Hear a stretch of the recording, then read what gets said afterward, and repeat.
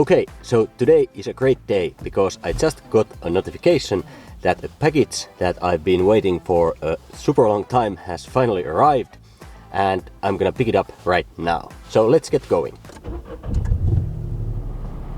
So I assume you have heard about Github Copilot, the AI pair programming tool, or as someone said, the autocomplete on steroids. So I just used Github Copilot for the past week, and I wanted to make this video to share some of my thoughts about it. But before we go into that, let me just real quick pick up this package I just pulled over to the post office, so I'll be right back. A few moments later.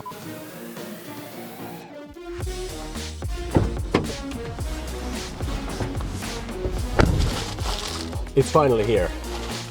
You might be thinking that what on earth is in that package, but I will show you once we get back home. Let's first talk a little bit about the cons that I found when using Github Copilot for 1 week. So one thing I noticed was when I used it in the middle of existing code, it didn't always get the variable names right. It got them close enough for me to not notice, but not perfect. So one time I actually ended up debugging a problem that was a result of Copilot's typo.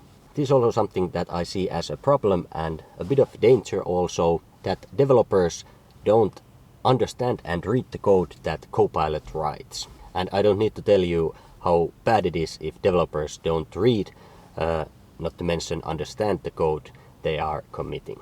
Then one other thing that bothered me with Copilot was that it actually interrupted my workflow. In most cases I found that it would have just been easier to write the code myself rather than see what Copilot generates and then proofread it and possibly modify it and fix some typos. And when coding, I also found the suggestions a little bit distracting when I wasn't looking for them. So when I was writing code, most of the time I didn't need the Copilot, but since it was on, if I stopped typing, it would give me suggestions how to continue the line of code that I just wrote. And this is fine, it probably should do that, but I found it annoying and distracting, because normally when I stop typing I am thinking and not looking for code suggestions that pop up when I'm not expecting them.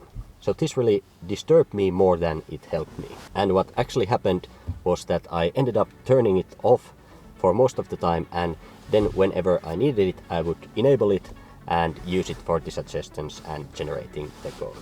Okay, that's enough about the cons. Let's get to the pros when I get back home. Okay, let me show you what's inside the package. Let me just open it up.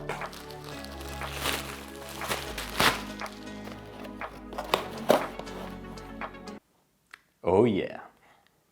So let me show you. Yeah, they are playing cards.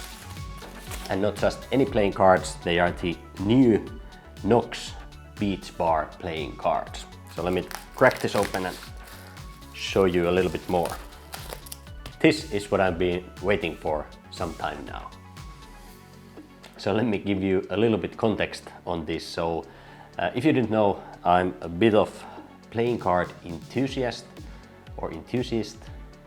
Yeah, and I collect playing cards. I have quite a collection already, and every now and then when a nice deck is published, I order and collect them. So these were just published a few weeks ago, and I ordered them as soon as they were published, and yeah, I got only 6 decks, only. So let's crack one open and see how they look.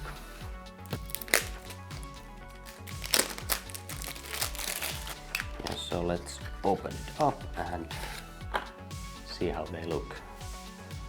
Oh, they feel so soft.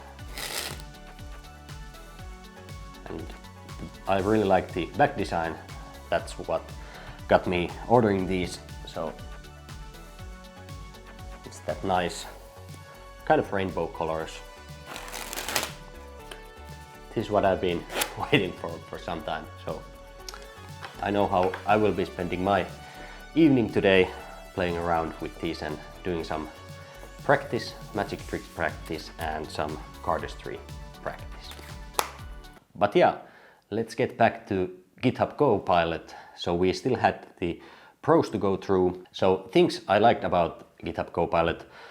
One thing was that it really was good in small and trivial tasks, and it didn't make mistakes over there. So for example, if you made some simple function like sum function or sort functions, it really handled those well. And I was also able to generate the boilerplate code for some fetch requests by just adding the comment and saying that I want to make an API request to this URL, and it really well knew how to generate that kind of code.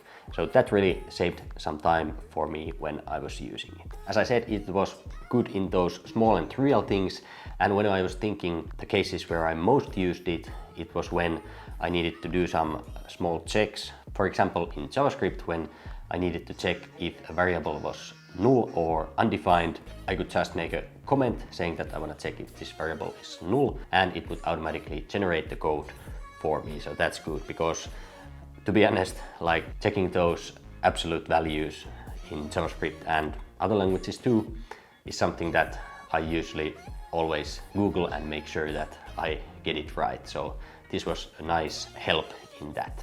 Other thing I used this for was when I needed to do some looping, for loops for example, and as I said, when making fetch requests.